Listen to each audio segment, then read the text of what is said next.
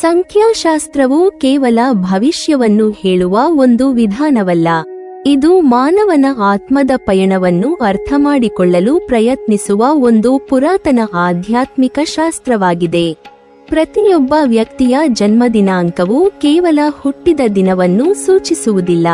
ಅದು ಆತ್ಮವು ಈ ಭೂಮಿಗೆ ಯಾವ ಉದ್ದೇಶದಿಂದ ಬಂದಿದೆ, ಯಾವ ಕರ್ಮಗಳನ್ನು ಹೊತ್ತುಕೊಂಡು ಬಂದಿದೆ, ಯಾವ ಗುಣಗಳನ್ನು ಬೆಳೆಸಿಕೊಳ್ಳಬೇಕು, ಯಾವ ದೋಷಗಳನ್ನು ಸರಿಪಡಿಸಿಕೊಳ್ಳಬೇಕು ಎಂಬುದರ ಸಂಕೇತವೆಂದು ಸಂಖ್ಯಾಶಾಸ್ತ್ರ ಹೇಳುತ್ತದೆ. ಪ್ರತಿಯೊಂದು ಸಂಖ್ಯೆಯೂ ಒಂದು ವಿಶೇಷ ಕಂಪನವನ್ನು ಹೊಂದಿದೆ. ಆ ಕಂಪನವು ವ್ಯಕ್ತಿಯ ಆಲೋಚನೆ, ವರ್ತನೆ, ಆಸಕ್ತಿ, ಸಂಬಂಧಗಳು, ಯಶಸ್ಸು, ವೈಫಲ್ಯ, ಆಧ್ಯಾತ್ಮಿಕ ಬೆಳವಣಿಗೆ ಹಾಗೂ ಪೂರ್ವಜನ್ಮದ ಅನುಭವಗಳ ಮೇಲೆ ಪ್ರಭಾವ ಬೀರುತ್ತದೆ ಎಂದು ನಂಬಲಾಗಿದೆ. ಈ ಕಾರಣದಿಂದಲೇ ನಿಮ್ಮ ಜನ್ಮದಿನಾಂಕದಲ್ಲಿರುವ ಮೂಲ ಸಂಖ್ಯೆಯನ್ನು ಕಂಡುಹಿಡಿದು ಅದರ ಮೂಲಕ ಹಿಂದಿನ ಜನ್ಮದ ಕುರಿತು ಕೆಲವು ಆಧ್ಯಾತ್ಮಿಕ ನಂಬಿಕೆಗಳನ್ನು ವಿವರಿಸಲಾಗುತ್ತದೆ. ಇಲ್ಲಿ ತಿಳಿಸಿರುವ ಮಾಹಿತಿಗಳು ವೈಜ್ಞಾನಿಕವಾಗಿ ಸಾಬೀತಾಗಿರುವ ಸಂಗತಿಗಳಲ್ಲ. ಇವು ಸಂಖ್ಯಾಶಾಸ್ತ್ರದ ಸಾಂಪ್ರದಾಯಿಕ ನಂಬಿಕೆಗಳು ಮತ್ತು ಆಧ್ಯಾತ್ಮಿಕ ವ್ಯಾಖ್ಯಾನಗಳಾಗಿವೆ. ಆದರೂ ಸಾವಿರಾರು ವರ್ಷಗಳಿಂದ ಅನೇಕರು ಈ ವಿಧಾನವನ್ನು ಆತ್ಮಜ್ಞಾನ ಮತ್ತು ಸ್ವಭಾವ ವಿಶ್ಲೇಷಣೆಯ ಒಂದು ಸಾಧನವಾಗಿ ಬಳಸಿಕೊಂಡು ಬಂದಿದ್ದಾರೆ. ನಿಮ್ಮ ಜನ್ಮದಿನಾಂಕ 1, 10, 19, 28 ಆಗಿದ್ದರೆ ನಿಮ್ಮ ಮೂಲ ಸಂಖ್ಯೆ 1 ಆಗುತ್ತದೆ. 2, 11, 20, 29 ಇದ್ದರೆ ಮೂಲ ಸಂಖ್ಯೆ 2 ಆಗುತ್ತದೆ. ಇದೇ ರೀತಿಯಲ್ಲಿ 9, 18, 27 ಜನ್ಮದಿನಾಂಕದವರಿಗೆ ಮೂಲ ಸಂಖ್ಯೆ 9 ಆಗುತ್ತದೆ. ಈಗ ಪ್ರತಿಯೊಂದು ಮೂಲ ಸಂಖ್ಯೆಯ ಹಿಂದಿರುವ ಪೂರ್ವಜನ್ಮದ ಕಥೆಯನ್ನು ವಿವರವಾಗಿ ತಿಳಿದುಕೊಳ್ಳೋಣ. ಮೂಲ ಸಂಖ್ಯೆ 1 ಹೊಂದಿರುವವರು, ಅಂದರೆ 1, 10, 19, 28ರಂದು ಜನಿಸಿದವರು ಸಂಖ್ಯಾಶಾಸ್ತ್ರದ ಪ್ರಕಾರ ಹಿಂದಿನ ಜನ್ಮದಲ್ಲಿ ಸಾಮಾನ್ಯ ವ್ಯಕ್ತಿಗಳಾಗಿರಲಿಲ್ಲ ಎಂದು ಹೇಳಲಾಗುತ್ತದೆ. ಅವರು ರಾಜರು, ರಾಣಿಯರು, ಸಾಮ್ರಾಜ್ಯವನ್ನು ಮುನ್ನಡೆಸಿದ ನಾಯಕರು, ಸೇನಾಧಿಪತಿಗಳು, ರಾಜ್ಯಾಧಿಕಾರಿಗಳು ಅಥವಾ ಜನರನ್ನು ನಿಯಂತ್ರಿಸುವ ಶಕ್ತಿಶಾಲಿ ವ್ಯಕ್ತಿಗಳಾಗಿರಬಹುದೆಂದು ನಂಬಲಾಗುತ್ತದೆ. ಇವರ ಆತ್ಮವು ಅಧಿಕಾರ, ಗೌರವ, ನಿರ್ಧಾರ ಸಾಮರ್ಥ್ಯ ಮತ್ತು ನಾಯಕತ್ವದ ಶಕ್ತಿಯನ್ನು ಹೊತ್ತುಕೊಂಡು ಬಂದಿರುತ್ತದೆ. ಹಿಂದಿನ ಜನ್ಮದಲ್ಲಿ ಸಾವಿರಾರು ಜನರ ಜೀವನದ ಮೇಲೆ ಇವರ ನಿರ್ಧಾರಗಳು ಪರಿಣಾಮ ಬೀರಿರಬಹುದು. ಯುದ್ಧಗಳನ್ನು ಗೆದ್ದಿರಬಹುದು, ರಾಜ್ಯಗಳನ್ನು ಕಟ್ಟಿರಬಹುದು, ಶತ್ರುಗಳನ್ನು ಸೋಲಿಸಿರಬಹುದು. ಆದರೆ ಅಧಿಕಾರದ ಜೊತೆಗೆ ಅಹಂಕಾರವು ಬೆಳೆಯುವ ಸಾಧ್ಯತೆ ಇರುತ್ತದೆ. ಕೆಲವೊಮ್ಮೆ ತಮ್ಮ ಮಾತೇ ಅಂತಿಮ ಎಂದು ಭಾವಿಸಿ ಇತರರ ಭಾವನೆಗಳನ್ನು ನಿರ್ಲಕ್ಷ್ಯ ಮಾಡಿರಬಹುದು. ಕೆಲವರ ಮೇಲೆ ಅನ್ಯಾಯವಾಗಿರಬಹುದು. ತಮ್ಮ ಯಶಸ್ಸಿಗಾಗಿ ಇತರರ ಕಷ್ಟವನ್ನು ಗಮನಿಸದೇ ಹೋಗಿರಬಹುದು. ಇದೇ ಕರ್ಮದ ಪರಿಣಾಮವಾಗಿ ಈ ಜನ್ಮದಲ್ಲಿ ಇವರಿಗೆ ನಾಯಕತ್ವದ ಅವಕಾಶಗಳು ಸಿಗುತ್ತವೆ. ಆದರೆ ಅಧಿಕಾರವನ್ನು ದುರುಪಯೋಗ ಮಾಡದಿರಬೇಕು ಎಂಬ ಪಾಠವೂ ಜೊತೆಗೆ ಬರುತ್ತದೆ. ಈ ಜನ್ಮದಲ್ಲಿ ಇವರು ಉತ್ತಮ ಆಡಳಿತಗಾರರು, ಉದ್ಯಮಿಗಳು, ರಾಜಕೀಯ ನಾಯಕರು, ಶಿಕ್ಷಕರು, ಸಂಸ್ಥೆಗಳ ಮುಖ್ಯಸ್ಥರು ಅಥವಾ ಜನರನ್ನು ಪ್ರೇರೇಪಿಸುವ ವ್ಯಕ್ತಿಗಳಾಗಬಹುದು. ಆದರೆ ವಿನಯವಿಲ್ಲದ ನಾಯಕತ್ವ ಹೆಚ್ಚು ಕಾಲ ಉಳಿಯುವುದಿಲ್ಲ ಎಂಬುದನ್ನು ಜೀವನ ಪದೇ ಪದೇ ಕಲಿಸುತ್ತದೆ. ಆದ್ದರಿಂದ ಸಹಾನುಭೂತಿ, ಸೇವಾ ಮನೋಭಾವ, ನ್ಯಾಯ ಮತ್ತು ಪ್ರಾಮಾಣಿಕತೆ ಇವರ ಜೀವನದ ಮುಖ್ಯ ಮೌಲ್ಯಗಳಾಗಬೇಕು. ತಮ್ಮ ಯಶಸ್ಸಿನೊಂದಿಗೆ ಇತರರ ಯಶಸ್ಸನ್ನು ಆಚರಿಸುವ ಮನಸ್ಸು ಬೆಳೆಸಿದರೆ ಹಿಂದಿನ ಜನ್ಮದ ಅಪೂರ್ಣ ಕರ್ಮಗಳು ಕ್ರಮೇಣ ನಿವಾರಣೆಯಾಗುತ್ತವೆ ಎಂದು ಸಂಖ್ಯಾಶಾಸ್ತ್ರ ಹೇಳುತ್ತದೆ. ಮೂಲ ಸಂಖ್ಯೆ 2 ಹೊಂದಿರುವವರು, ಅಂದರೆ 2, 11, 20, 29ರಂದು ಜನಿಸಿದವರು ಹಿಂದಿನ ಜನ್ಮದಲ್ಲಿ ಕಲಾವಿದರು, ಕವಿಗಳು, ಸಂಗೀತಗಾರರು, ರಾಯಭಾರಿಗಳು, ರಾಜರ ಸಲಹೆಗಾರರು ಅಥವಾ ಪ್ರೀತಿಗಾಗಿ ಬದುಕಿದ ವ್ಯಕ್ತಿಗಳಾಗಿರಬಹುದು ಎಂದು ಹೇಳಲಾಗುತ್ತದೆ. ಇವರ ಆತ್ಮವು ಭಾವನೆಗಳಿಂದ ತುಂಬಿರುತ್ತದೆ. ಸೌಂದರ್ಯ, ಸಂಗೀತ, ಸಾಹಿತ್ಯ, ಕಲೆ, ಸ್ನೇಹ, ಪ್ರೀತಿ ಮತ್ತು ಶಾಂತಿಯ ಕಡೆಗೆ ಇವರ ಮನಸ್ಸು ಸಹಜವಾಗಿ ಆಕರ್ಷಿತವಾಗುತ್ತದೆ. ಹಿಂದಿನ ಜನ್ಮದಲ್ಲಿ ಇವರು ಸಂಬಂಧಗಳಿಗೆ ಅಪಾರ ಮಹತ್ವ ನೀಡಿದ್ದಿರಬಹುದು. ಆದರೆ ಅತಿಯಾದ ನಂಬಿಕೆ, ಅತಿಯಾದ ಪ್ರೀತಿ ಅಥವಾ ಭಾವನಾತ್ಮಕ ನಿರ್ಧಾರಗಳಿಂದ ಮೋಸ ಅನುಭವಿಸಿರಬಹುದು. ಪ್ರೀತಿಯಲ್ಲಿ ವಿಫಲರಾಗಿರಬಹುದು. ಸ್ನೇಹಿತರ ದ್ರೋಹದಿಂದ ನೋವು ಅನುಭವಿಸಿರಬಹುದು. ಕೆಲವರು ಕುಟುಂಬಕ್ಕಾಗಿ ತಮ್ಮ ಕನಸುಗಳನ್ನು ತ್ಯಾಗ ಮಾಡಿರಬಹುದು. ಅದೇ ಕಾರಣದಿಂದ ಈ ಜನ್ಮದಲ್ಲಿ ಇವರಿಗೆ ಜನರನ್ನು ಸುಲಭವಾಗಿ ನಂಬುವ ಸ್ವಭಾವ ಕಂಡುಬರುತ್ತದೆ. ಇತರರ ನೋವನ್ನು ತಮ್ಮ ನೋವಿನಂತೆ ಅನುಭವಿಸುತ್ತಾರೆ. ಯಾರಾದರೂ ಅಳುತ್ತಿದ್ದರೆ ಇವರ ಕಣ್ಣು ಕೂಡ ತೇವವಾಗುತ್ತದೆ. ಆದರೆ ಇದೇ ಗುಣವನ್ನು ಕೆಲವರು ದುರುಪಯೋಗಪಡಿಸಿಕೊಳ್ಳಬಹುದು. ಆದ್ದರಿಂದ ಈ ಜನ್ಮದಲ್ಲಿ ಭಾವನೆಗಳ ಜೊತೆಗೆ ವಿವೇಕವನ್ನು ಬೆಳೆಸಬೇಕು. ಎಲ್ಲರಿಗೂ ಸಹಾಯ ಮಾಡುವುದು ಒಳ್ಳೆಯದು, ಆದರೆ ತಮ್ಮ ಸ್ವಾಭಿಮಾನವನ್ನು ಕಳೆದುಕೊಳ್ಳುವಷ್ಟು ತ್ಯಾಗ ಮಾಡಬಾರದು. ಪ್ರೀತಿ ಇರಲಿ, ಆದರೆ ಆತ್ಮಗೌರವವೂ ಇರಲಿ. ಕ್ಷಮೆ ಇರಲಿ, ಆದರೆ ಮತ್ತೆ ಮತ್ತೆ ಮೋಸ ಹೋಗದ ಜಾಣ್ಮೆಯೂ ಇರಲಿ.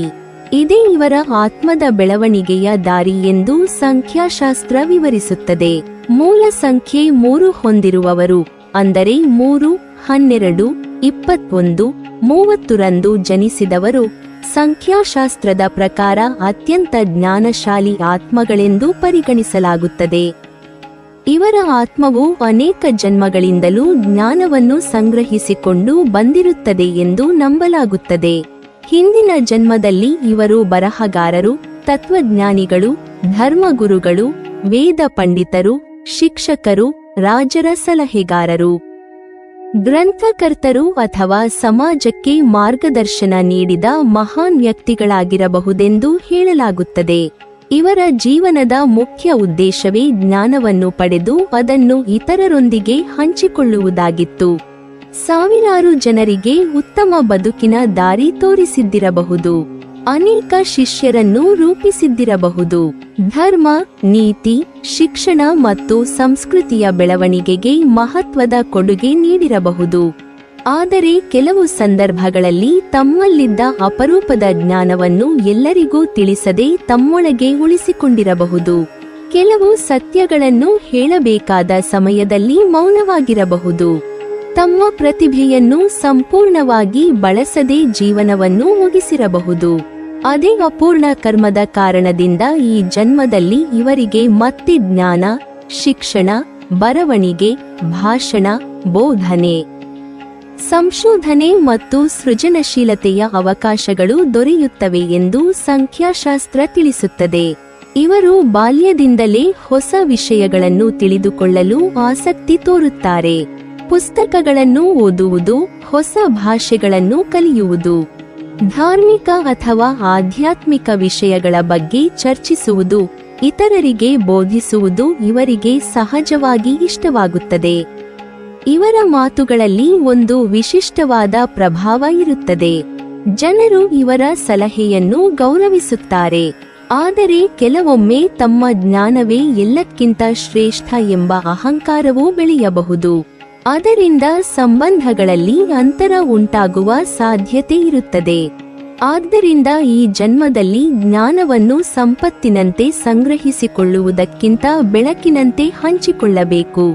ಯಾರಿಗಾದರೂ ಒಂದು ಉತ್ತಮ ವಿಚಾರವನ್ನು ತಿಳಿಸುವುದು, ಮಕ್ಕಳಿಗೆ ಶಿಕ್ಷಣ ನೀಡುವುದು, ಸಮಾಜಕ್ಕೆ ಉಪಯುಕ್ತವಾದ ಬರಹಗಳನ್ನು ಬರೆಯುವುದು, ಸತ್ಯವನ್ನು ನಿರ್ಭಯವಾಗಿ ಹೇಳುವುದು ಮತ್ತು ತಮ್ಮ ಪ್ರತಿಭೆಯನ್ನು ಜಗತ್ತಿನ ಒಳಿತಿಗಾಗಿ ಬಳಸುವುದು ಇವರ ಆತ್ಮದ ಮುಖ್ಯ ಕರ್ತವ್ಯ ಎಂದು ಸಂಖ್ಯಾಶಾಸ್ತ್ರ ಹೇಳುತ್ತದೆ.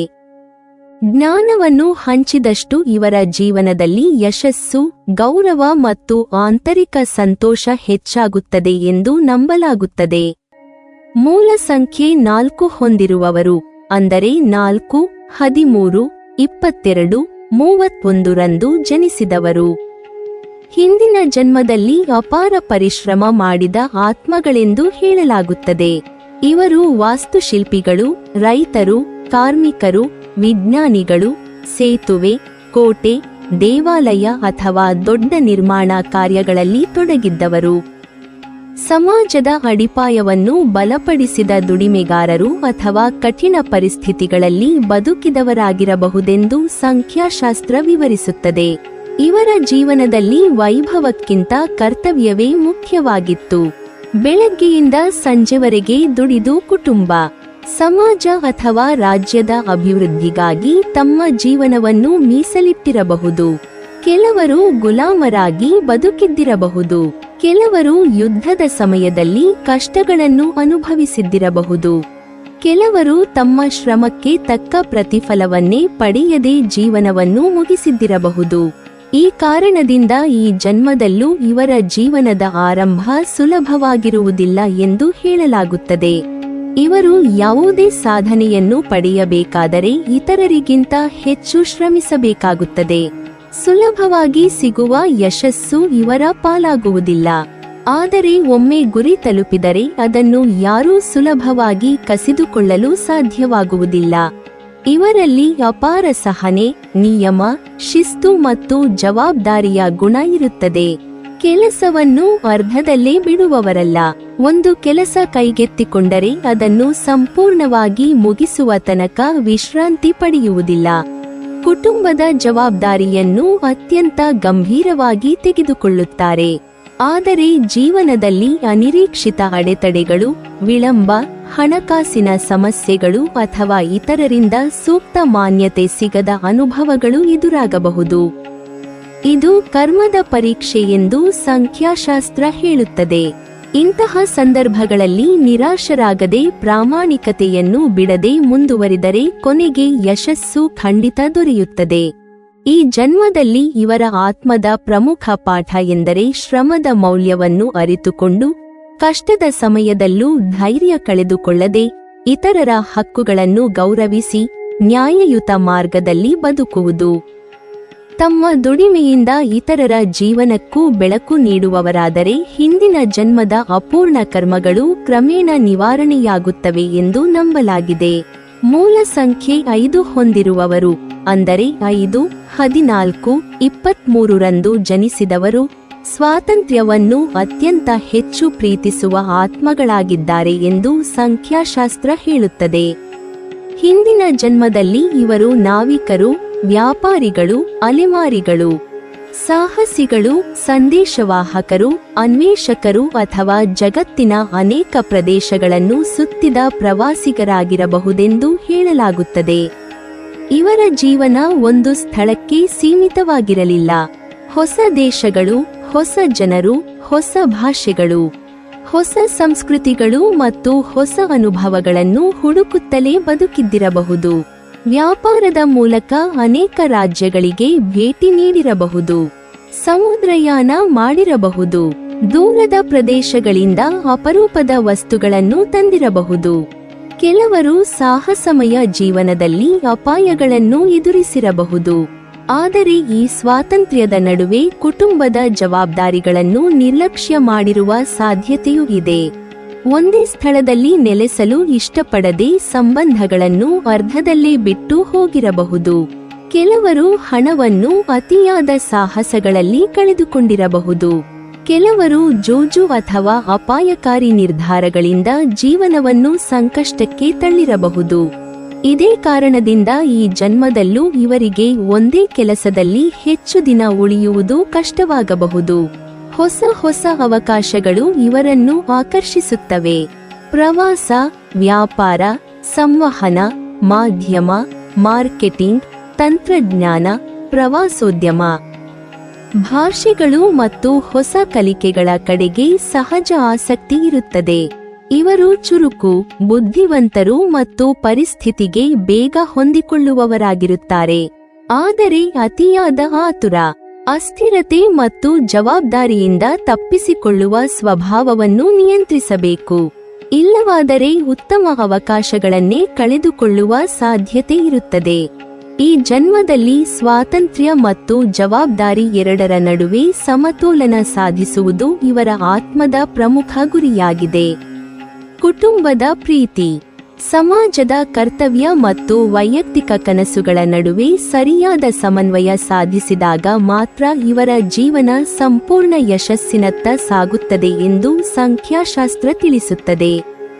ಮೂಲ ಸಂಖ್ಯೆ 6 ಹೊಂದಿರುವವರು, ಅಂದರೆ 6, 15, 24ರಂದು ಜನಿಸಿದವರು ಸಂಖ್ಯಾಶಾಸ್ತ್ರದ ಪ್ರಕಾರ ಅತ್ಯಂತ ಕರುಣಾಮಯ ಮತ್ತು ಪ್ರೀತಿಯ ಆತ್ಮಗಳಾಗಿರುತ್ತಾರೆ. ಇವರ ಪೂರ್ವಜನ್ಮವು ಸೇವೆ, ತ್ಯಾಗ ಮತ್ತು ಮಾನವೀಯತೆಯಿಂದ ತುಂಬಿದ ಜೀವನವಾಗಿತ್ತು ಎಂದು ಹೇಳಲಾಗುತ್ತದೆ. ಹಿಂದಿನ ಜನ್ಮದಲ್ಲಿ ಇವರು ವೈದ್ಯರು, ದಾದಿಯರು, ಔಷಧ ತಯಾರಕರು, ಆಧ್ಯಾತ್ಮಿಕ ಚಿಕಿತ್ಸಕರು, ಗುರುಗಳು, ಆಶ್ರಮದ ಸೇವಕರು, ಕುಟುಂಬದ ಮುಖ್ಯಸ್ಥರು ಅಥವಾ ಸಮಾಜದ ದುರ್ಬಲ ವರ್ಗದ ಜನರಿಗೆ ನೆರವಾಗುವ ವ್ಯಕ್ತಿಗಳಾಗಿರಬಹುದೆಂದು ನಂಬಲಾಗಿದೆ. ಇತರರ ನೋವನ್ನು ತಮ್ಮದೇ ನೋವಿನಂತೆ ಅನುಭವಿಸುವ ಗುಣ ಇವರಲ್ಲಿ ಸಹಜವಾಗಿಯೇ ಇತ್ತು. ಯಾರಾದರೂ ಸಂಕಷ್ಟದಲ್ಲಿದ್ದರೆ ಅವರಿಗೆ ನೆರವಾಗುವುದನ್ನೇ ಜೀವನದ ಧ್ಯೇಯವನ್ನಾಗಿ ಮಾಡಿಕೊಂಡಿರಬಹುದು. ತಮ್ಮ ಕುಟುಂಬದ ಸುಖಕ್ಕಾಗಿ ಅನೇಕ ಕನಸುಗಳನ್ನು ತ್ಯಾಗ ಮಾಡಿರಬಹುದು. ಅನಾಥರಿಗೆ ಆಶ್ರಯ ನೀಡಿರಬಹುದು. ರೋಗಿಗಳನ್ನು ಗುಣಪಡಿಸಲು ತಮ್ಮ ಜೀವನವನ್ನೇ ಮೀಸಲಿಟ್ಟಿರಬಹುದು. ಆದರೆ ಈ ಸೇವೆಯ ನಡುವೆ ತಮ್ಮ ಆರೋಗ್ಯ, ತಮ್ಮ ಆಸೆಗಳು ಮತ್ತು ತಮ್ಮ ಸಂತೋಷವನ್ನು ಸಂಪೂರ್ಣವಾಗಿ ಮರೆತುಬಿಟ್ಟಿರಬಹುದು. ಇದೇ ಕಾರಣದಿಂದ ಈ ಜನ್ಮದಲ್ಲಿಯೂ ಇವರು ಎಲ್ಲರಿಗೂ ಸಹಾಯ ಮಾಡಲು ಓಡುತ್ತಾರೆ. ಕುಟುಂಬದವರ ಸಮಸ್ಯೆ, ಸ್ನೇಹಿತರ ನೋವು, ಸಮಾಜದ ಸಂಕಷ್ಟ ಇವೆಲ್ಲವೂ ಇವರ ಮನಸ್ಸನ್ನು ತಕ್ಷಣ ಸ್ಪರ್ಶಿಸುತ್ತವೆ. ಅನೇಕರು ಇವರನ್ನು ನಂಬುತ್ತಾರೆ, ಆದರೆ ಕೆಲವರು ಇವರ ಒಳ್ಳೆಯತನವನ್ನು ದುರುಪಯೋಗಪಡಿಸಿಕೊಳ್ಳುವ ಸಾಧ್ಯತೆಯೂ ಇರುತ್ತದೆ. ಯಾರನ್ನೂ ನಿರಾಕರಿಸಲಾಗದ ಸ್ವಭಾವದಿಂದ ತಾವೇ ಸಮಸ್ಯೆಗಳಿಗೆ ಸಿಲುಕಬಹುದು. ಸಂಖ್ಯಾಶಾಸ್ತ್ರದ ಪ್ರಕಾರ ಈ ಜನ್ಮದಲ್ಲಿ ಇವರ ಆತ್ಮ ಕಲಿಯಬೇಕಾದ ದೊಡ್ಡ ಪಾಠವೆಂದರೆ ಇತರರನ್ನು ಪ್ರೀತಿಸುವಷ್ಟೇ ತಮ್ಮನ್ನು ಪ್ರೀತಿಸುವುದು. ಸೇವೆ ಮಾಡುವುದು ಮಹತ್ವದ್ದು, ಆದರೆ ತಮ್ಮ ಆರೋಗ್ಯವನ್ನು ನಿರ್ಲಕ್ಷಿಸುವುದು ಸರಿಯಲ್ಲ. ಕುಟುಂಬಕ್ಕಾಗಿ ಬದುಕುವುದು ಒಳ್ಳೆಯದು, ಆದರೆ ತಮ್ಮ ಕನಸುಗಳನ್ನು ಸಂಪೂರ್ಣವಾಗಿ ಬಲಿಕೊಡುವುದು ಅಗತ್ಯವಿಲ್ಲ. ಪ್ರೀತಿ ಮತ್ತು ತ್ಯಾಗದ ಜೊತೆಗೆ ಆತ್ಮಗೌರವ, ಆತ್ಮವಿಶ್ವಾಸ ಮತ್ತು ವೈಯಕ್ತಿಕ ಬೆಳವಣಿಗೆಯೂ ಸಮಾನವಾಗಿ ಮುಖ್ಯವಾಗುತ್ತದೆ. ತಮ್ಮ ಸಾಮರ್ಥ್ಯವನ್ನು ಸಮಾಜದ ಒಳಿತಿಗೆ ಬಳಸಿದರೆ ಇವರ ಜೀವನ ಅಪಾರ ಗೌರವ, ಸಂತೋಷ ಮತ್ತು ಆಧ್ಯಾತ್ಮಿಕ ತೃಪ್ತಿಯಿಂದ ತುಂಬುತ್ತದೆ ಎಂದು ಸಂಖ್ಯಾಶಾಸ್ತ್ರ ತಿಳಿಸುತ್ತದೆ. ಸಂಗೀತ, ಕಲೆ, ಅಲಂಕಾರ, ಮನೆ ನಿರ್ಮಾಣ, ಶಿಕ್ಷಣ, ಆರೋಗ್ಯ ಸೇವೆ, ಸಮಾಜ ಸೇವೆ ಮತ್ತು ಕುಟುಂಬದ ಬೆಳವಣಿಗೆಗೆ ಸಂಬಂಧಿಸಿದ ಕ್ಷೇತ್ರಗಳಲ್ಲಿ ಇವರು ಉತ್ತಮ ಸಾಧನೆ ಮಾಡುತ್ತಾರೆ ಎಂದು ನಂಬಲಾಗಿದೆ. ಮೂಲ ಸಂಖ್ಯೆ 7 ಹೊಂದಿರುವವರು, ಅಂದರೆ 7, 16, 25 ರಂದು ಜನಿಸಿದವರು ಅತ್ಯಂತ ರಹಸ್ಯಮಯ ಆತ್ಮಗಳೆಂದು ಪರಿಗಣಿಸಲಾಗುತ್ತದೆ. ಇವರ ಪೂರ್ವಜನ್ಮವು ಆಧ್ಯಾತ್ಮಿಕ ಹುಡುಕಾಟ, ಧ್ಯಾನ, ತಪಸ್ಸು ಮತ್ತು ಸತ್ಯದ ಅನ್ವೇಷಣೆಯಿಂದ ಕೂಡಿತ್ತು ಎಂದು ಸಂಖ್ಯಾಶಾಸ್ತ್ರ ಹೇಳುತ್ತದೆ. ಹಿಂದಿನ ಜನ್ಮದಲ್ಲಿ ಇವರು ಸನ್ಯಾಸಿಗಳು, ಯೋಗಿಗಳು, ಜ್ಯೋತಿಷಿಗಳು, ಋಷಿಗಳು, ಮಂತ್ರಜ್ಞರು, ರಹಸ್ಯ ಜ್ಞಾನವನ್ನು ಅಧ್ಯಯನ ಮಾಡಿದವರು, ಧ್ಯಾನಿಗಳು ಅಥವಾ ರಾಜರ ಗೂಢಚಾರಿಗಳಾಗಿರಬಹುದೆಂದು ನಂಬಲಾಗಿದೆ. ಸಾಮಾನ್ಯ ಜನರಂತೆ ಭೌತಿಕ ಸುಖವನ್ನು ಬೆನ್ನಟ್ಟುವ ಬದಲು ಬ್ರಹ್ಮಾಂಡದ ರಹಸ್ಯಗಳನ್ನು ತಿಳಿದುಕೊಳ್ಳಲು ಜೀವನವನ್ನು ಮೀಸಲಿಟ್ಟಿರಬಹುದು. ಪ್ರಕೃತಿಯ ನಡುವೆ ಏಕಾಂತದಲ್ಲಿ ಧ್ಯಾನ ಮಾಡಿರಬಹುದು. ವೇದಗಳು, ಉಪನಿಷತ್ತುಗಳು, ಜ್ಯೋತಿಷ್ಯ, ಯೋಗ, ತಂತ್ರ, ಮಂತ್ರ, ಧ್ಯಾನ ಮತ್ತು ಆತ್ಮಜ್ಞಾನದ ಮಾರ್ಗವನ್ನು ಅನುಸರಿಸಿರಬಹುದು. ಕೆಲವರು ಸಮಾಜದಿಂದ ದೂರವಿದ್ದು ಮೌನ ಜೀವನ ನಡೆಸಿರಬಹುದು. ತಮ್ಮ ಜ್ಞಾನವನ್ನು ಕೆಲವೇ ಜನರೊಂದಿಗೆ ಹಂಚಿಕೊಂಡಿರಬಹುದು. ಈ ಕಾರಣದಿಂದ ಈ ಜನ್ಮದಲ್ಲಿಯೂ ಇವರಲ್ಲಿ ಏಕಾಂತವನ್ನು ಇಷ್ಟಪಡುವ ಗುಣ ಕಂಡುಬರುತ್ತದೆ. ಜನಸಂದಣಿಯಲ್ಲಿದ್ದರೂ ತಮ್ಮದೇ ಆದ ಚಿಂತನೆಯ ಲೋಕದಲ್ಲಿ ಬದುಕಲು ಇಷ್ಟಪಡುತ್ತಾರೆ. ಜೀವನದ ಪ್ರತಿಯೊಂದು ಘಟನೆಯ ಹಿಂದಿರುವ ಅರ್ಥವನ್ನು ತಿಳಿದುಕೊಳ್ಳಲು ಪ್ರಯತ್ನಿಸುತ್ತಾರೆ. ಸಾಮಾನ್ಯವಾಗಿ ಇವರು ಆಳವಾದ ಚಿಂತಕರು. ಯಾರನ್ನೂ ಸುಲಭವಾಗಿ ನಂಬುವುದಿಲ್ಲ. ಮಾತನಾಡುವುದಕ್ಕಿಂತ ಗಮನಿಸುವುದು ಇವರಿಗೆ ಹೆಚ್ಚು ಇಷ್ಟ. ವಿಜ್ಞಾನ, ತತ್ವಶಾಸ್ತ್ರ, ಜ್ಯೋತಿಷ್ಯ, ಮನೋವಿಜ್ಞಾನ, ಆಧ್ಯಾತ್ಮಿಕತೆ, ಸಂಶೋಧನೆ ಮತ್ತು ರಹಸ್ಯ ವಿಷಯಗಳ ಕಡೆಗೆ ಸಹಜವಾದ ಆಸಕ್ತಿ ಇರುತ್ತದೆ. ಆದರೆ ಕೆಲವೊಮ್ಮೆ ಅತಿಯಾದ ಏಕಾಂತ, ಅನುಮಾನ, ಭಾವನೆಗಳನ್ನು ವ್ಯಕ್ತಪಡಿಸದ ಸ್ವಭಾವ ಮತ್ತು ಸಮಾಜದಿಂದ ದೂರವಾಗುವ ಮನೋಭಾವ ಇವರ ಬೆಳವಣಿಗೆಗೆ ಅಡ್ಡಿಯಾಗಬಹುದು. ಸಂಖ್ಯಾಶಾಸ್ತ್ರದ ಪ್ರಕಾರ ಈ ಜನ್ಮದಲ್ಲಿ ಇವರ ಆತ್ಮ ಕಲಿಯಬೇಕಾದ ಮುಖ್ಯ ಪಾಠವೆಂದರೆ ತಮ್ಮ ಜ್ಞಾನವನ್ನು ಸಮಾಜದ ಒಳಿತಿಗಾಗಿ ಬಳಸುವುದು. ಕೇವಲ ತಾವು ತಿಳಿದುಕೊಳ್ಳುವುದಲ್ಲ, ಇತರರಿಗೂ ಬೆಳಕು ನೀಡುವುದು ಮುಖ್ಯ. ಜನರೊಂದಿಗೆ ಬೆರೆತು ಬದುಕುವುದು, ಕುಟುಂಬದೊಂದಿಗೆ ಸಮಯ ಕಳೆಯುವುದು, ತಮ್ಮ ಭಾವನೆಗಳನ್ನು ಮುಕ್ತವಾಗಿ ಹಂಚಿಕೊಳ್ಳುವುದು ಮತ್ತು ಆತ್ಮಜ್ಞಾನವನ್ನು ಮಾನವ ಸೇವೆಯೊಂದಿಗೆ ಜೋಡಿಸುವುದು ಇವರ ಜೀವನವನ್ನು ಸಂಪೂರ್ಣಗೊಳಿಸುತ್ತದೆ ಎಂದು ನಂಬಲಾಗಿದೆ. ಇವರು ಆಧ್ಯಾತ್ಮಿಕ ಮಾರ್ಗದರ್ಶಕರು, ಸಂಶೋಧಕರು, ವಿಜ್ಞಾನಿಗಳು, ಬರಹಗಾರರು ಅಥವಾ ಉತ್ತಮ ಸಲಹೆಗಾರರಾಗುವ ಸಾಮರ್ಥ್ಯ ಹೊಂದಿರುತ್ತಾರೆ. ಮೂಲ ಸಂಖ್ಯೆ 8 ಹೊಂದಿರುವವರು, ಅಂದರೆ 8, 17, 26 ರಂದು ಜನಿಸಿದವರು ಅತ್ಯಂತ ಶಕ್ತಿಶಾಲಿ ಕರ್ಮವನ್ನು ಹೊತ್ತುಕೊಂಡು ಬಂದ ಆತ್ಮಗಳೆಂದು ಸಂಖ್ಯಾಶಾಸ್ತ್ರದಲ್ಲಿ ಹೇಳಲಾಗುತ್ತದೆ. ಇವರ ಪೂರ್ವಜನ್ಮವು ಅಧಿಕಾರ, ಸಂಪತ್ತು, ನ್ಯಾಯ ಮತ್ತು ಹೊಣೆಗಾರಿಕೆಯಿಂದ ಕೂಡಿದ ಜೀವನವಾಗಿತ್ತು ಎಂದು ನಂಬಲಾಗಿದೆ. ಹಿಂದಿನ ಜನ್ಮದಲ್ಲಿ ಇವರು ದೊಡ್ಡ ಶ್ರೀಮಂತರು, ಜಮೀನುದಾರರು, ನ್ಯಾಯಾಧೀಶರು, ಆಡಳಿತಗಾರರು, ವ್ಯಾಪಾರ ಸಾಮ್ರಾಜ್ಯವನ್ನು ನಿರ್ಮಿಸಿದವರು, ಅರಮನೆಯ ಅಧಿಕಾರಿಗಳು ಅಥವಾ ಅಪಾರ ಆಸ್ತಿ ಹೊಂದಿದ್ದವರಾಗಿರಬಹುದೆಂದು ಹೇಳಲಾಗುತ್ತದೆ. ಇವರ ಬಳಿ ಹಣ, ಭೂಮಿ, ಅಧಿಕಾರ ಮತ್ತು ಪ್ರಭಾವ ಎಲ್ಲವೂ ಇದ್ದಿರಬಹುದು. ಸಾವಿರಾರು ಜನರ ಬದುಕಿನ ಮೇಲೆ ಇವರ ನಿರ್ಧಾರಗಳು ಪರಿಣಾಮ ಬೀರಿರಬಹುದು. ಅನೇಕ ಒಳ್ಳೆಯ ಕಾರ್ಯಗಳನ್ನು ಮಾಡಿದ್ದರೂ ಕೆಲವೊಮ್ಮೆ ಅಧಿಕಾರದ ಮದ, ಹಣದಾಸೆ ಅಥವಾ ಅಹಂಕಾರದಿಂದ ಕೆಲವು ತಪ್ಪು ನಿರ್ಧಾರಗಳನ್ನು ತೆಗೆದುಕೊಂಡಿರಬಹುದು. ಬಡವರ ಮೇಲೆ ಅನ್ಯಾಯ ಮಾಡಿರಬಹುದು. ತಮ್ಮ ಲಾಭಕ್ಕಾಗಿ ಇತರರ ಹಕ್ಕುಗಳನ್ನು ಕಸಿದುಕೊಂಡಿರಬಹುದು. ನ್ಯಾಯವನ್ನು ಎಲ್ಲರಿಗೂ ಸಮಾನವಾಗಿ ನೀಡದೆ ಪಕ್ಷಪಾತ ತೋರಿರಬಹುದು. ಇದೇ ಕಾರಣದಿಂದ ಈ ಜನ್ಮದಲ್ಲಿ ಕರ್ಮ ಇವರನ್ನು ಸೂಕ್ಷ್ಮವಾಗಿ ಪರೀಕ್ಷಿಸುತ್ತದೆ ಎಂದು ಸಂಖ್ಯಾಶಾಸ್ತ್ರ ಹೇಳುತ್ತದೆ. ಹಣ ಗಳಿಸುವ ಅವಕಾಶಗಳು ಸಿಗುತ್ತವೆ, ಆದರೆ ಹಣ ಉಳಿಸಿಕೊಳ್ಳಲು ಕಷ್ಟವಾಗಬಹುದು.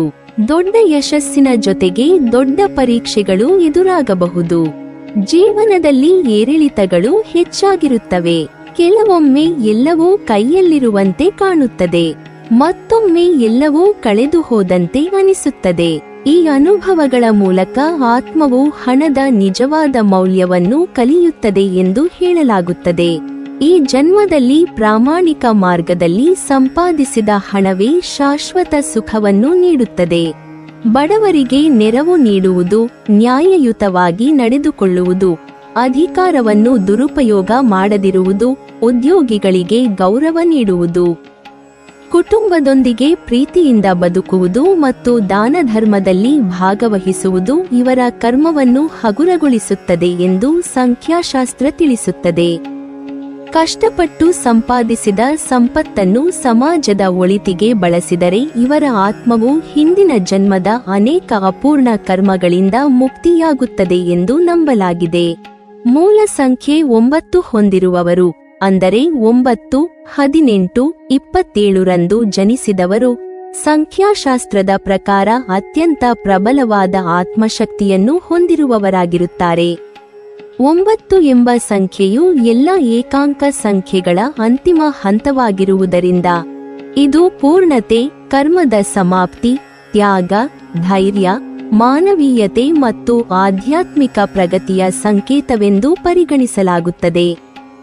ಈ ಕಾರಣದಿಂದಲೇ ಮೂಲ ಸಂಖ್ಯೆ 9 ಹೊಂದಿರುವ ಆತ್ಮವು ಅನೇಕ ಜನ್ಮಗಳ ಅನುಭವವನ್ನು ಹೊತ್ತುಕೊಂಡು ಈ ಜನ್ಮಕ್ಕೆ ಬಂದಿರುತ್ತದೆ ಎಂದು ಸಂಖ್ಯಾಶಾಸ್ತ್ರದಲ್ಲಿ ನಂಬಲಾಗಿದೆ. ಇವರ ಜೀವನವು ಕೇವಲ ವೈಯಕ್ತಿಕ ಯಶಸ್ಸಿಗಾಗಿ ಮಾತ್ರವಲ್ಲ, ಸಮಾಜದ ಒಳಿತಿಗಾಗಿ, ಮಾನವಕುಲದ ಸೇವೆಗಾಗಿ ಮತ್ತು ಕರ್ಮದ ಪೂರ್ಣತೆಗಾಗಿ ನಡೆಯುವ ಒಂದು ಮಹತ್ತರ ಪಯಣವಾಗಿದೆ ಎಂದು ಹೇಳಲಾಗುತ್ತದೆ. ಸಂಖ್ಯಾಶಾಸ್ತ್ರದ ಪ್ರಕಾರ ಹಿಂದಿನ ಜನ್ಮದಲ್ಲಿ ಇವರು ಸ್ವಾತಂತ್ರ್ಯ ಹೋರಾಟಗಾರರು, ಧರ್ಮರಕ್ಷಕರು, ಯೋಧರು, ಮಹಾನ್ ಸಮಾಜ ಸುಧಾರಕರು, ಆಧ್ಯಾತ್ಮಿಕ ಗುರುಗಳು ಜನರಿಗಾಗಿ ತಮ್ಮ ಪ್ರಾಣವನ್ನೇ ತ್ಯಾಗ ಮಾಡಿದ ನಾಯಕರು ಅಥವಾ ನ್ಯಾಯಕ್ಕಾಗಿ ಕೊನೆಯವರೆಗೂ ಹೋರಾಡಿದ ವ್ಯಕ್ತಿಗಳಾಗಿರಬಹುದೆಂದು ನಂಬಲಾಗಿದೆ. ಇವರ ಆತ್ಮವು ಭಯವನ್ನು ಮೀರಿ ಧರ್ಮಕ್ಕಾಗಿ ಬದುಕುವ ಶಕ್ತಿಯನ್ನು ಹೊಂದಿತ್ತು. ಅನ್ಯಾಯದ ವಿರುದ್ಧ ಧ್ವನಿ ಎತ್ತುವುದು, ದುರ್ಬಲರನ್ನು ರಕ್ಷಿಸುವುದು, ಸಮಾಜದಲ್ಲಿ ಬದಲಾವಣೆ ತರುವುದು, ಜನರ ಕಣ್ಣೀರನ್ನು ಒರೆಸುವುದು, ಸತ್ಯಕ್ಕಾಗಿ ತ್ಯಾಗ ಮಾಡುವುದು, ಇವುಗಳೇ ಇವರ ಜೀವನದ ಪ್ರಮುಖ ಉದ್ದೇಶಗಳಾಗಿದ್ದಿರಬಹುದು. ಅನೇಕ ಬಾರಿ ತಮ್ಮ ವೈಯಕ್ತಿಕ ಸುಖವನ್ನು ಬಿಟ್ಟು ಸಮಾಜದ ಹಿತಕ್ಕಾಗಿ ದುಡಿದಿರಬಹುದು. ಕೆಲವರು ಯುದ್ಧಭೂಮಿಯಲ್ಲಿ ಪ್ರಾಣ ಕಳೆದುಕೊಂಡಿರಬಹುದು.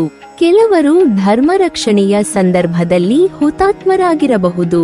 ಇನ್ನು ಕೆಲವರು ಮಹಾನ್ ಗುರುಗಳಾಗಿ ಸಾವಿರಾರು ಜನರಿಗೆ ಆತ್ಮಜ್ಞಾನದ ದಾರಿ ತೋರಿಸಿ ಲೋಕವನ್ನು ತೊರೆದಿರಬಹುದು.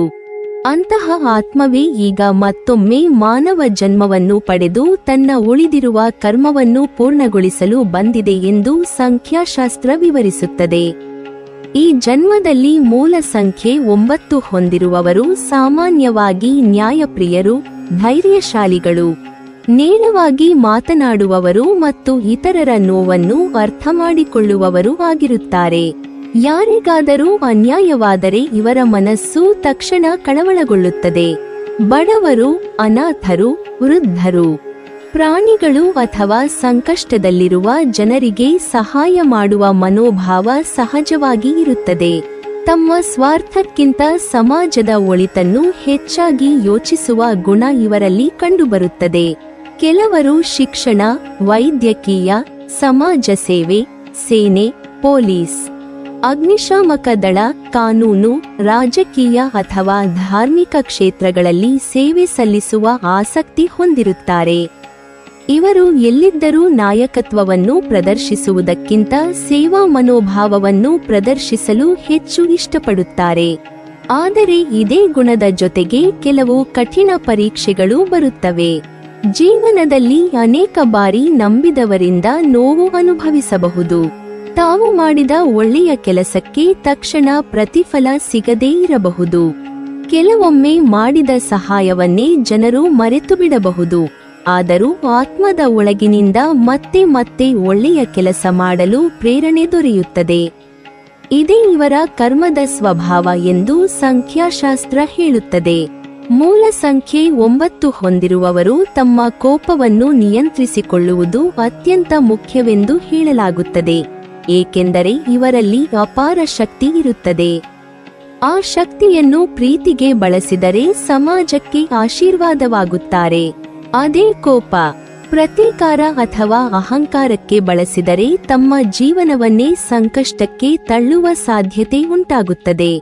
ಹಿಂದಿನ ಜನ್ಮದಲ್ಲಿ ಅನುಭವಿಸಿದ ಅನೇಕ ಘಟನೆಗಳ ಸೂಕ್ಷ್ಮ ಗುರುತುಗಳು ಇವರ ಮನಸ್ಸಿನಲ್ಲಿ ಉಳಿದಿರುವುದರಿಂದ ಕೆಲವೊಮ್ಮೆ ಕಾರಣವಿಲ್ಲದ ಆತಂಕ, ಅತಿಯಾದ ಸಂವೇದನಾಶೀಲತೆ ಅಥವಾ ಎಲ್ಲರ ಸಮಸ್ಯೆಯನ್ನು ತಮ್ಮ ಹೊಣೆ ಎಂದು ಭಾವಿಸುವ ಪ್ರವೃತ್ತಿಯೂ ಕಾಣಿಸಬಹುದು.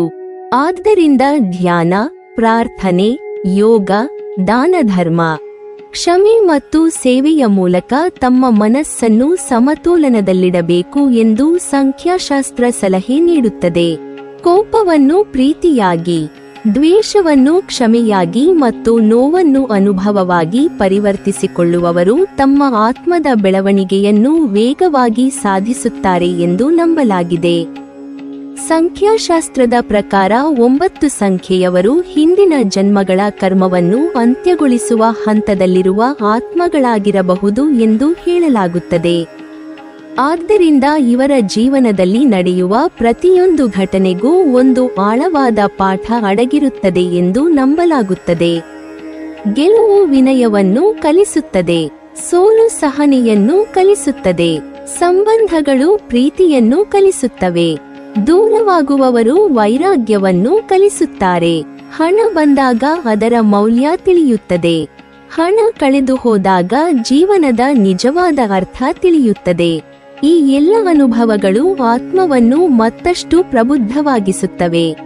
ಜೀವನದ ಕೊನೆಯಲ್ಲಿ ತಾವು ಎಷ್ಟು ಸಂಪತ್ತು ಗಳಿಸಿದ್ದೇವೆ ಎಂಬುದಕ್ಕಿಂತ ಎಷ್ಟು ಜನರ ಹೃದಯದಲ್ಲಿ ಸ್ಥಾನ ಗಳಿಸಿದ್ದೇವೆ ಎಂಬುದೇ ಮುಖ್ಯ ಎಂಬ ಅರಿವು ಇವರಲ್ಲಿ ಬೆಳೆಯುತ್ತದೆ ಎಂದು ಸಂಖ್ಯಾಶಾಸ್ತ್ರ ಹೇಳುತ್ತದೆ. ಇಲ್ಲಿ ಒಂದು ವಿಷಯವನ್ನು ಸ್ಪಷ್ಟವಾಗಿ ತಿಳಿದುಕೊಳ್ಳಬೇಕು. ಸಂಖ್ಯಾಶಾಸ್ತ್ರದಲ್ಲಿ ಹೇಳಲಾಗುವ ಪೂರ್ವಜನ್ಮದ ವಿವರಗಳು, ಕರ್ಮದ ವಿವರಣೆಗಳು ಮತ್ತು ಆತ್ಮದ ಪಯಣದ ಕುರಿತ ಮಾಹಿತಿ ಆಧ್ಯಾತ್ಮಿಕ ನಂಬಿಕೆಗಳ ಆಧಾರದ ಮೇಲಿರುವ ವ್ಯಾಖ್ಯಾನಗಳಾಗಿವೆ. ಇವುಗಳಿಗೆ ವೈಜ್ಞಾನಿಕ ದೃಢೀಕರಣ ಲಭ್ಯವಿಲ್ಲ.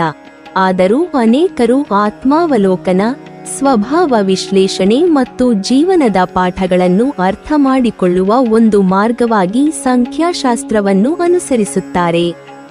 ಈ ರೀತಿಯ ವಿವರಣೆಗಳನ್ನು ಭವಿಷ್ಯವನ್ನು ನಿರ್ಧರಿಸುವ ಅಂತಿಮ ಸತ್ಯವೆಂದು ಪರಿಗಣಿಸದೆ ಜೀವನವನ್ನು ಉತ್ತಮಗೊಳಿಸಲು ಪ್ರೇರೇಪಿಸುವ ಆಧ್ಯಾತ್ಮಿಕ ಮಾರ್ಗದರ್ಶನವೆಂದು ನೋಡುವುದು ಸೂಕ್ತ.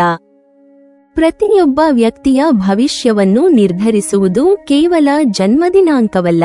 ಅವರ ಆಲೋಚನೆ, ಪ್ರಾಮಾಣಿಕತೆ, ಪರಿಶ್ರಮ, ಒಳ್ಳೆಯ ಕರ್ಮ, ಕರುಣೆ, ಸಹನೆ, ಶಿಕ್ಷಣ ಮತ್ತು ಪ್ರತಿದಿನ ಮಾಡುವ ಸಕಾರಾತ್ಮಕ ಆಯ್ಕೆಗಳೇ ಜೀವನವನ್ನು ರೂಪಿಸುತ್ತವೆ. ಒಳ್ಳೆಯ ಕರ್ಮವನ್ನು ಮಾಡುವ ಪ್ರತಿಯೊಬ್ಬರೂ ತಮ್ಮ ಭವಿಷ್ಯವನ್ನು ಉತ್ತಮಗೊಳಿಸಬಹುದು ಎಂಬ ಸಂದೇಶವನ್ನೇ ಸಂಖ್ಯಾಶಾಸ್ತ್ರದ ಈ ವ್ಯಾಖ್ಯಾನಗಳು ನೀಡುತ್ತವೆ.